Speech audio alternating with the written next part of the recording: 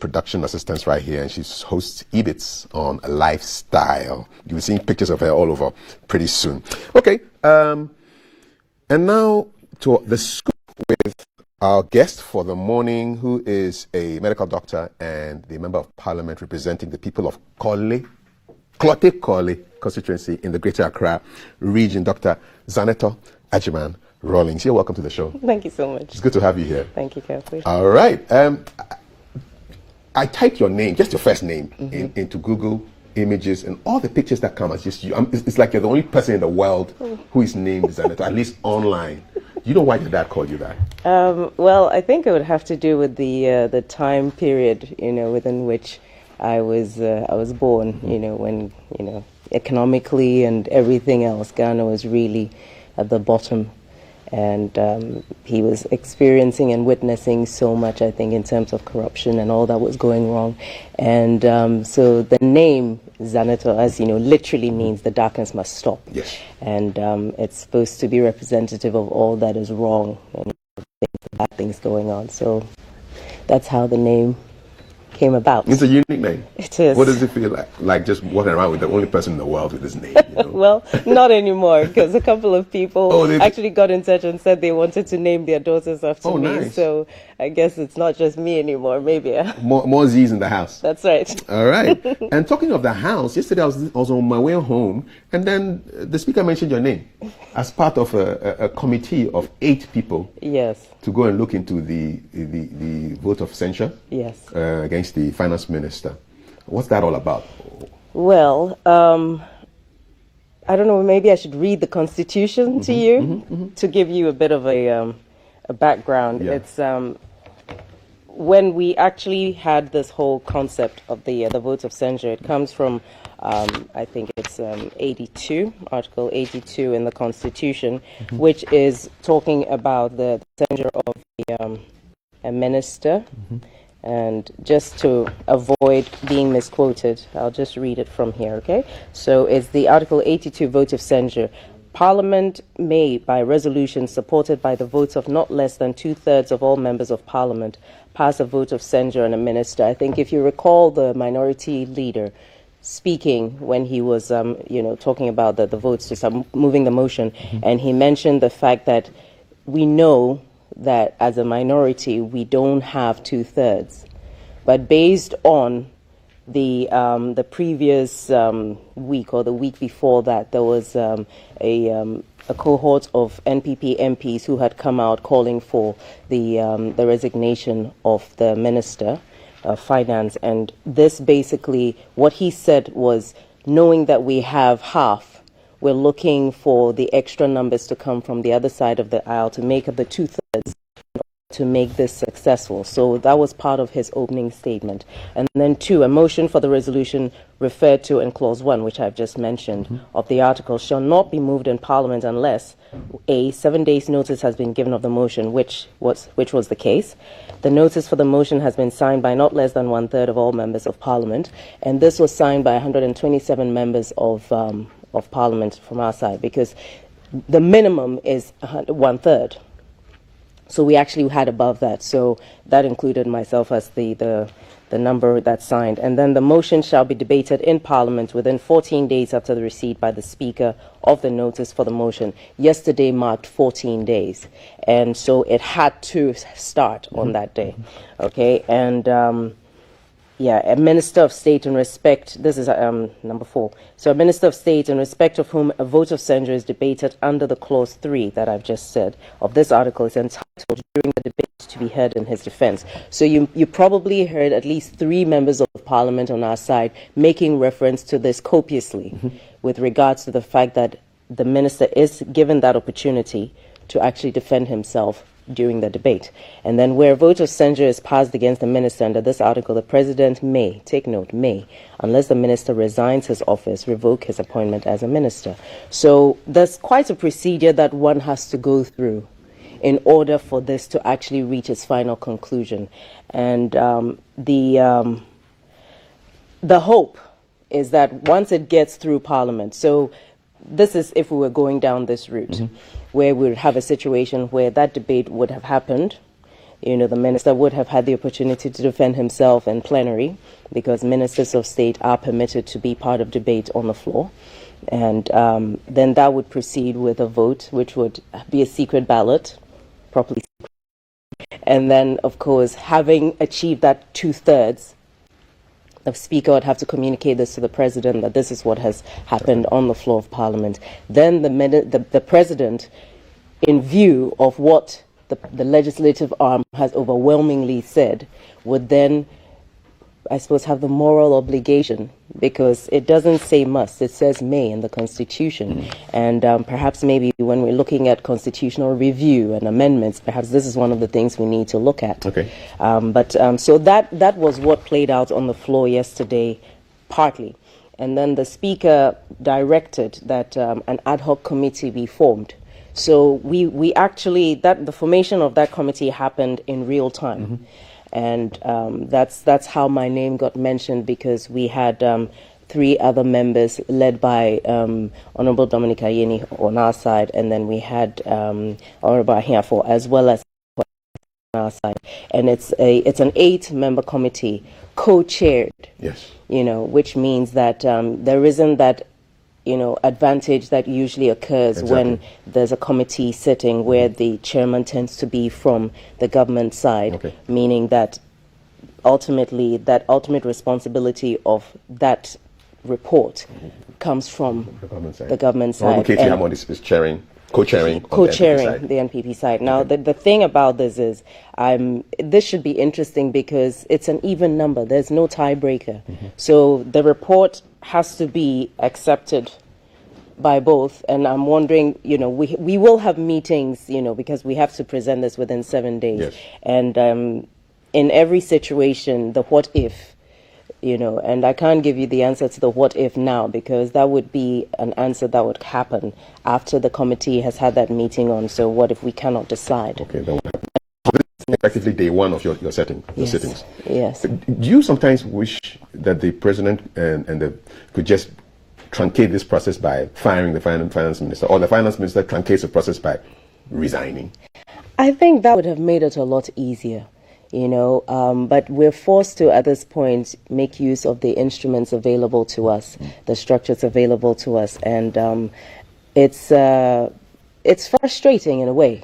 It's actually quite frustrating in a way when we have a situation where, the level of confidence that the people should have, in the minister to deliver on his mandate, when it's eroded this much that it's affecting certain indices that we're seeing. I mean, on the day that this motion was first tabled, what happened was it had an effect, interestingly, on the city, which says something about the mood. And it's important to be able to read the mood. It would be easier, the House could spend time doing other things on the floor, because we have a lot of business to conduct, and it would have been a lot easier to have seen that. And it's interesting that even though the NPP members of Parliament did a press conference before we had this plenary session about the fact that they weren't in support of us anymore, but they still were calling for his resignation, still points to the fact that everyone, whether it's whichever way we're deciding on how to go or not, is obviously on the same page, or the majority of us are on the same page that he has to go. You're watching GTV Breakfast. My guest is MP for Klote-Korle constituency in Greater Accra region, Dr. Zanetor Agyeman-Rawlings. Talking of your constituency, how are they doing in this economy? What's it like to represent people in these times? It's rough. It's really rough, and as you know, this is an urban constituency, but it does not mean that the levels of affluence cut across. There is a huge divide between those who have and those who have not, and the cost of living in the city is so high that for those who are just barely making it, this is an impossible situation. The cost of food has gone up. Fuel, I mean, we have a lot of the trotro stations in my constituency, and you can just imagine what the drivers are going through, most of whom are just barely making ends meet. And when we had the situation where the cost of fuel had gone up, but they were not allowed to increase their fares, that obviously does not make economic sense, because now where is that margin of profit that they get to make in order to be able to make ends meet as well? Because everyone's literally struggling to survive. The businesses are struggling as well. We have quite a few businesses in the constituency. It's everyone's affected. Everyone's affected, and of course, as you can imagine, as an MP, you get the pressure, of the request. What are they telling you?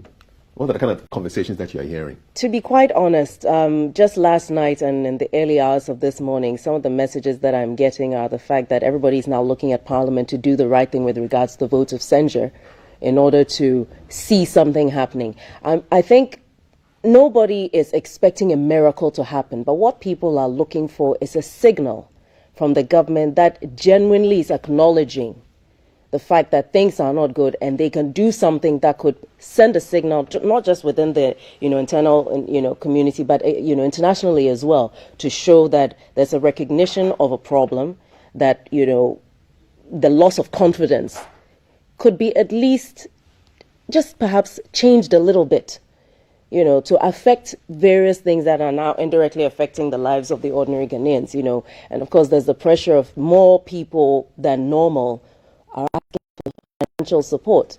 As members of Parliament, it doesn't come as part of your salary, but you do share your salary with your constituents and beyond, because there is an expectation that, we put you there and, you're meant to help. And it's not an obligation, but you cannot just ignore the suffering of your own people, who you're there to serve, especially when you can see that the system is not doing what it must to support the most vulnerable in society. It's rough. It's rough. A lot of women are, trying to reach out because they're barely making ends meet with their retail businesses to be able to even put their children through school, and whether we talk about the free SHS or not, the reality is this: parents are still having to pay for a lot of things, and even those things are expensive. It's terrible. How do you give them hope? I have to start giving myself a bit of hope before I can even reach out and do the same. And it's difficult to do so. So what we try to do is a little bit at a time. We have things like the Get Fund, which members of Parliament get, which are supposed to, the fund is supposed to be helpful in terms of educational support and infrastructural support for the schools. The criteria are a little bit strict, and sometimes I have issues. I've had a few fights with the directorate based on the fact that some of the criteria that are used to determine who is entitled are so strict that you end up leaving out the most vulnerable, who are supposed to be the beneficiaries of some of these funds as well. And then sometimes the delay in the release of funds and disbursement as well. That's rough. That's rough. But ultimately, once we're alive, we must strive. We must continue. We can't afford to give up. All things shall pass, as they say, and we're hoping that one of the things that shall pass is what's going on right now with this impasse over the finance minister's fate. The president says to his people, "Hold on, let's finish the IMF talks, and then we can take a decision on him." How did we get here? How did we get here? I mean, Einstein, one of my favorite scientists, says you cannot solve a problem with the same consciousness or the same level of thinking that caused it. And it's not enough to say, let him finish. That even the IMF would expect, I would suppose, if you're going to someone with the group that started an issue that has gone wrong, one would expect that you'd bring on board other people who have the relevant expertise, to be able to offer that level of hope that says, yes, we're bringing on board a fresh set of eyes and a fresh set of hands that could help us resolve this issue.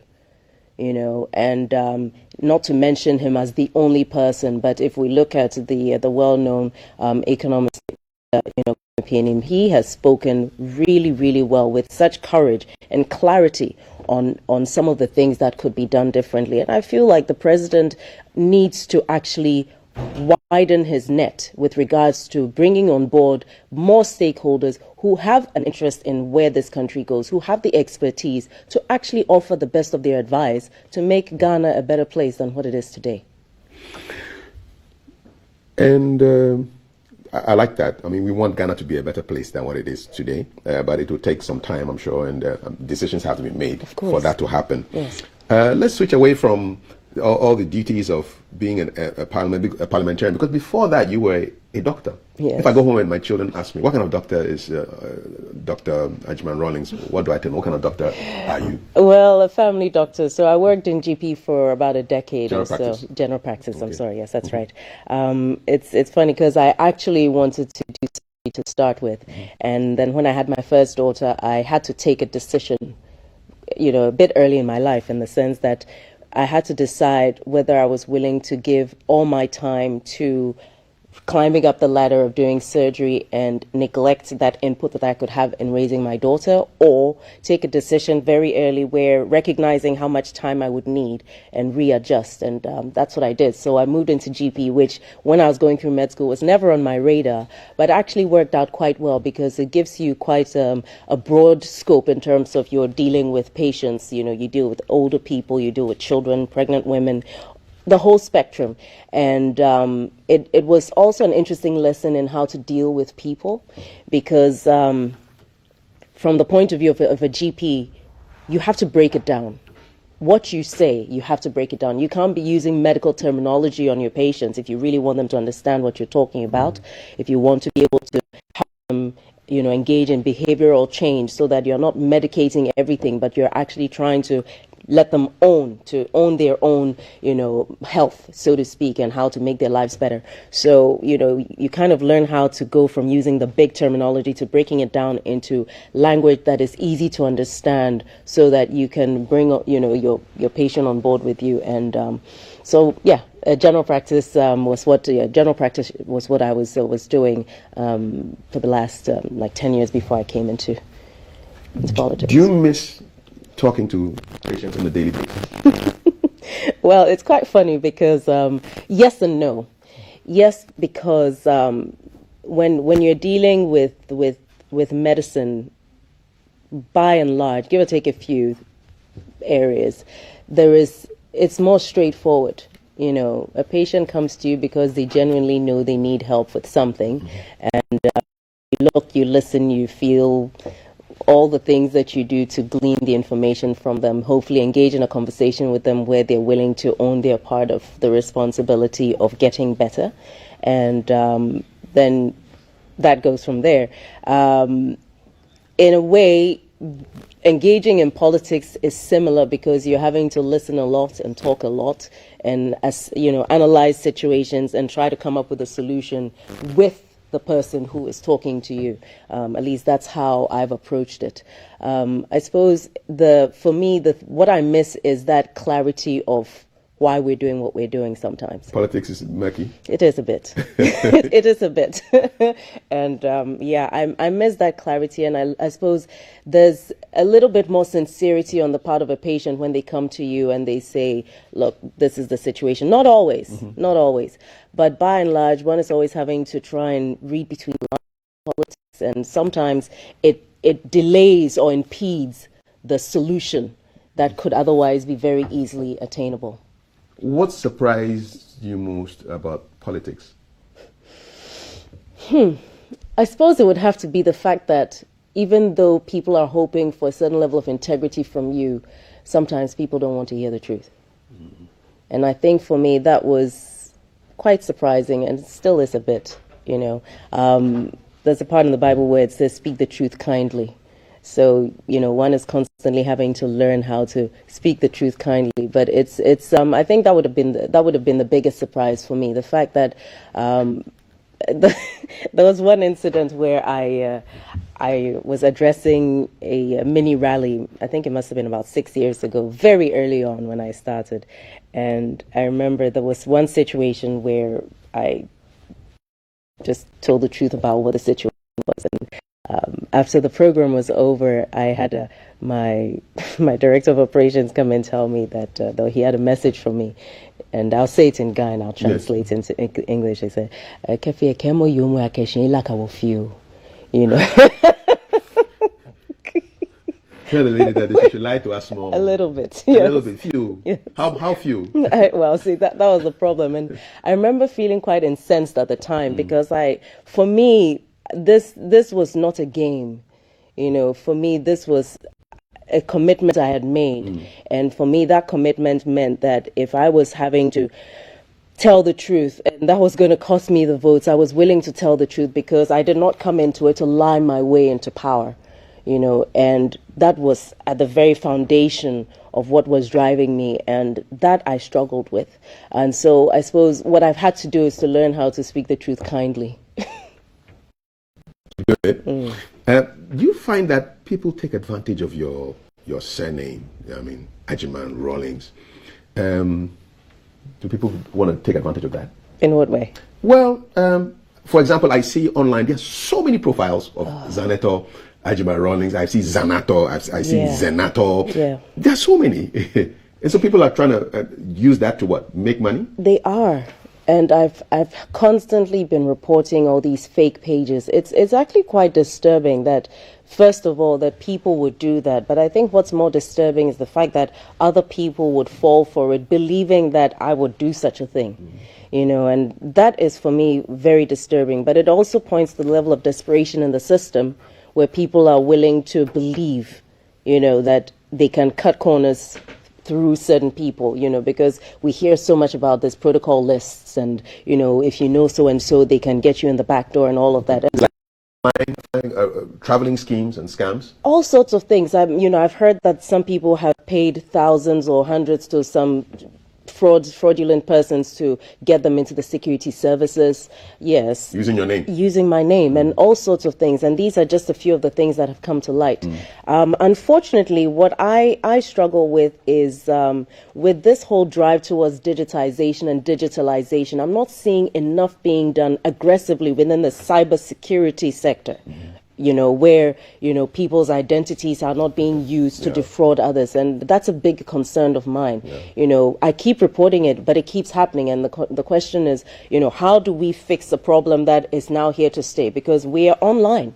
We can't get away from it. Traditionally, you knew if somebody took a document that was a fake document and went somewhere, you knew clearly what the procedure was and how the person could be dealt with. But we're not seeing clarity on the guidelines on what do you do if someone's opened a fake account in your name and is defrauding people.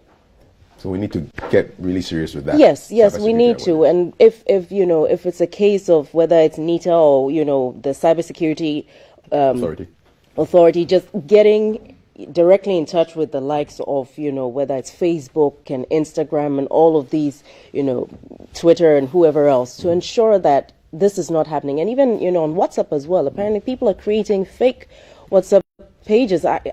It's crazy. It's ridiculous, yeah. honestly. Charlie, it's a problem. 21st century kind of problem. But yes, it has to be tackled. It has to be tackled because it's getting out of hand. When we launched this agric project that I was working on with the Agri House Foundation, there was one gentleman who came there, and he came there specifically to complain about the fact that someone had taken money from him, using my name, claiming that they were going to get them into this agric program. Stop misbehaving with people's names, right?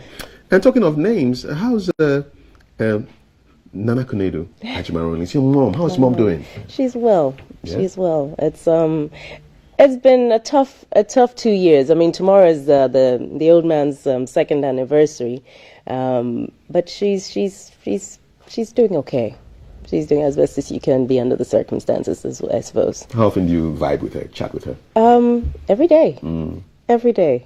I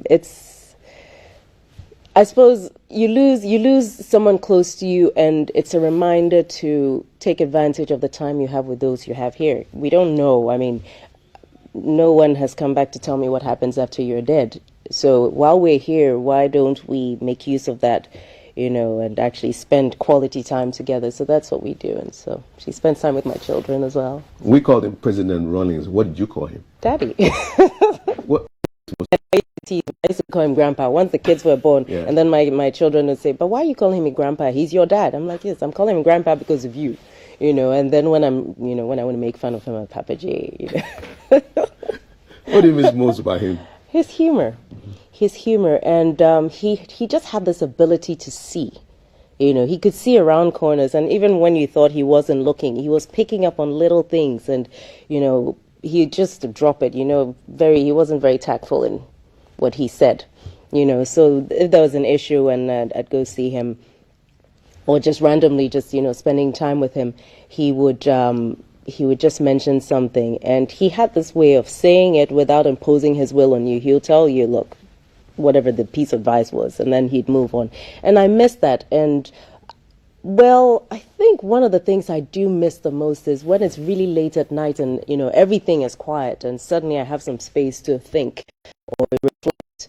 He was to a large extent my sounding board, because there were certain things that I didn't have to explain to him because he appreciated or he already understood. So I could skip that part and get straight to the meat of the issue. And I miss his honest advice on issues, a whole range of issues. And his sense of humor as well. He was extremely funny.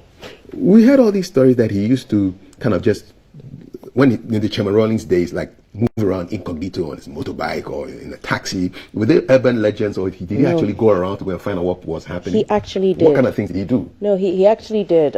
It's funny because I think about 3 months ago I was chatting with my mom about him, and she was I think I must have been lamenting about what's going on in Ghana, and how is the president not aware of some of the things that are happening that we can all see? And then she mentioned how there were times when my dad comes to the house and pick her up, and this was maybe late 90s or so, and sometimes even into in the 90s as well. And he'd come over, pick her up in a car that she did not even recognize. So it was unmarked car basically, and they drive around, maybe around Tudu and Adabraka or some of these places, and he'd park the car across the street because maybe he'd see a couple of people sitting down, maybe playing drafts or eating or something, and so he'd park the car, so she'd sit in the car, he'd just say, just wait here, and he'd get out of the car, walk across and go and sit with them. And then first there's the initially like, who's this? Then yeah. And then she'd watch him engaging with them, maybe he'd sit down, they'd have a quick bite to eat if they were eating or something, and then he'd get back into the car and they'd go back home or, drive around a little bit more. And he just never lost that personal touch. I mean, today, if you come to Osu, actually, especially the castle area and some parts of Adabraka and Tudu as well, because he was born there. Mm-hmm. and you still get some of the older ladies talking about how they miss him because like he it's a difficult one to translate, but he got along well with them. There was this close relationship, a very personal relationship that he developed with people. And he didn't allow himself to get stuck in the castle, and be, I suppose, beholden to the information that was only brought to him through his ministers or appointees. So yes, it was true. He did do that. Mm-hmm. And funnily enough, I was speaking to a pastor about, I think it was last year, and he was reminiscing about how the first time he saw my dad was in Bonkatamanso several years ago, and my dad came. So this is someone who actually was telling me the story himself, and initially they didn't think it was him, and they realized, gosh, it is him. And he came there, was sitting, talking to them, and so on. So he understood the value of first-hand information. He understood the value of dealing with people directly, and he had a special touch, I think. Yeah. What would he make of today? What did they say? The person will be rolling in his grave by now? Yeah, I think he'd be heartbroken and angry at the same time. His heart bled for this country. I think he loved his country more than he did his family. That's how much, yes. How would that have made your mom feel? She understood. She told me she understood when she got married to him that this was who he was. And so she understood which role she was going to have to play by his side, and she did. So I think from the very beginning, she didn't go into a marriage with him and usually he was one thing and expect another. She knew what she was getting herself into. Is there anything that you know about your dad that was surprised that we don't know? We know the public persona, but what don't we know? It's hard to think of something right now, actually. You could have asked me this yesterday, so I could have thought through it. Yeah, because we all know the public, the guy booms every June 4th, speaks from his gut, people's man. Did you ever see him cry? Yes. When? Yes. I think, well, there was one time when I saw him cry, when everybody else saw him cry. It was on CNN. I was quite shocked that day. It was heartbreaking, but it was shocking at the same time. I think it was when he went to Somalia and he saw the way the women and children were just suffering, and he just broke down. He just broke down. It was a interview. I think it was Aisha Sose or one of these interviewers, and was it CNN or BBC? Now I'm not sure anymore. But he broke down on live TV.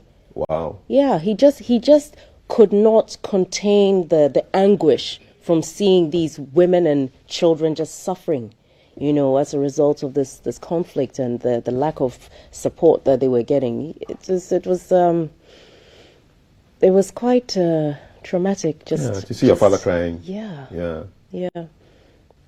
So that was the most. That's the one I remember most vividly.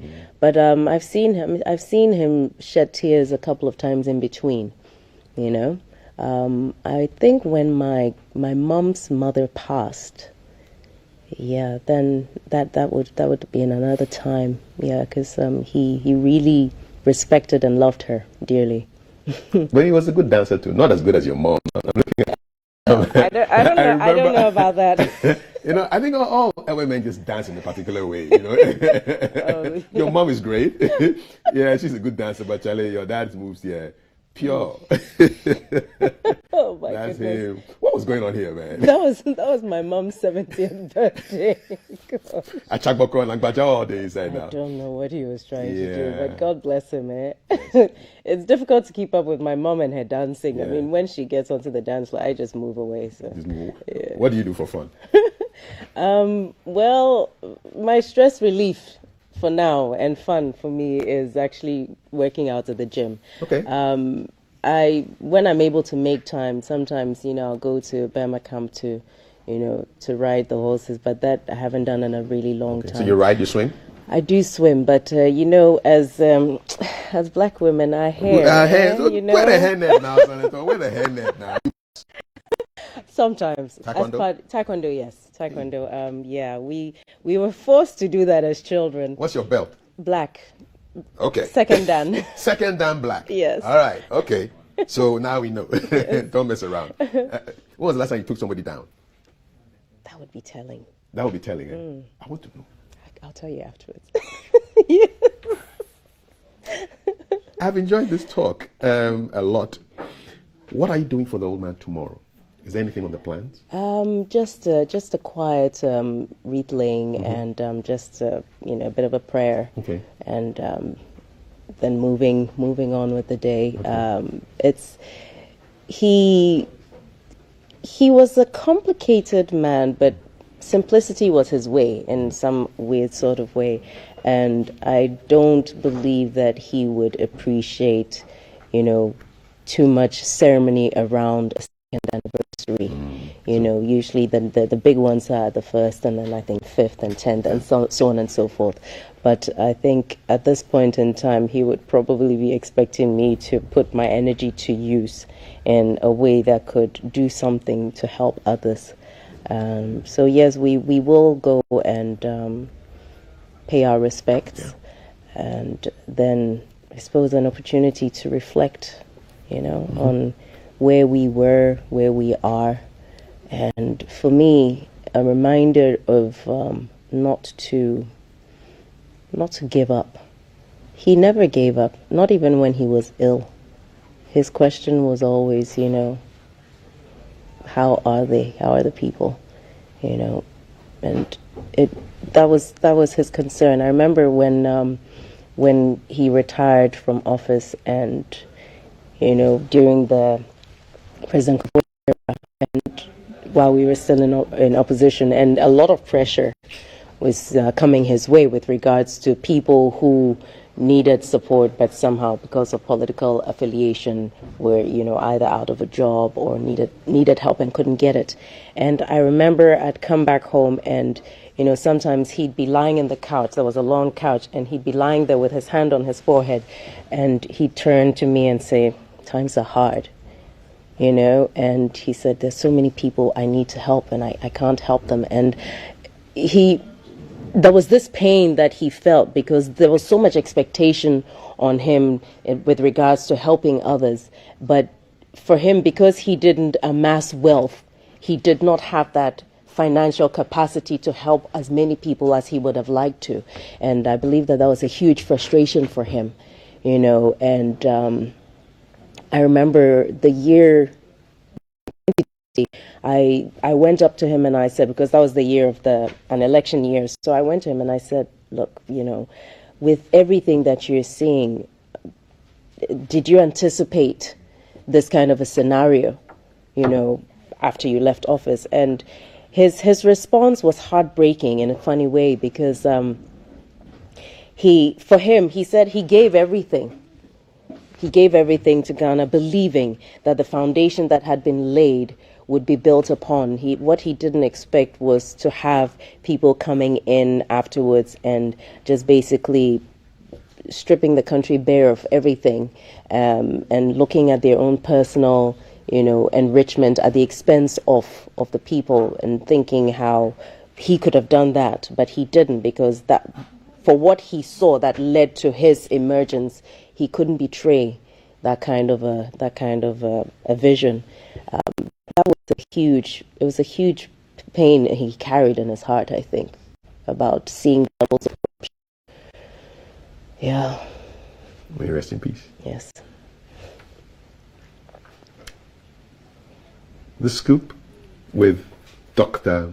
Zanetor Agyeman-Rawlings. Thank you so much. Thank you. And thanks for pronouncing my name properly. My people will not forgive me if I pronounce your name other than the way it should be pronounced. Zanetor. And on that note, this conversation will talk right here. Right, exactly. Thank you very much. Thank you. Enjoy your weekend. Thanks so much. Love to mom. I'll give it to and you. your siblings. Thanks so much. Have a lovely weekend. I wish you say. Thank you. You're watching GTV Breakfast. My name is Kafui. Talking of boxing, she boxes. But we have a professional boxer in the house. I don't know whether you've seen, because Ayite Power is also a singer, and he's here. I can see him. I'm so glad. You know, I saw him in a taxi at the roundabout, and then I thought, oh my God, that's Ayite Power. And then I looked at my phone, and I didn't have his number. I wanted to call him and say, I just saw you. So I'm going to... No problem. Take the number, take the selfie. This is GTV Breakfast. You stay with us. The cheesy pizza polls are closed, and we'll announce the winners pretty soon. So you stick with us. The winner is also in the house. So hey, it's going to be interesting on the show even more. Thank you. Watching GTV Breakfast.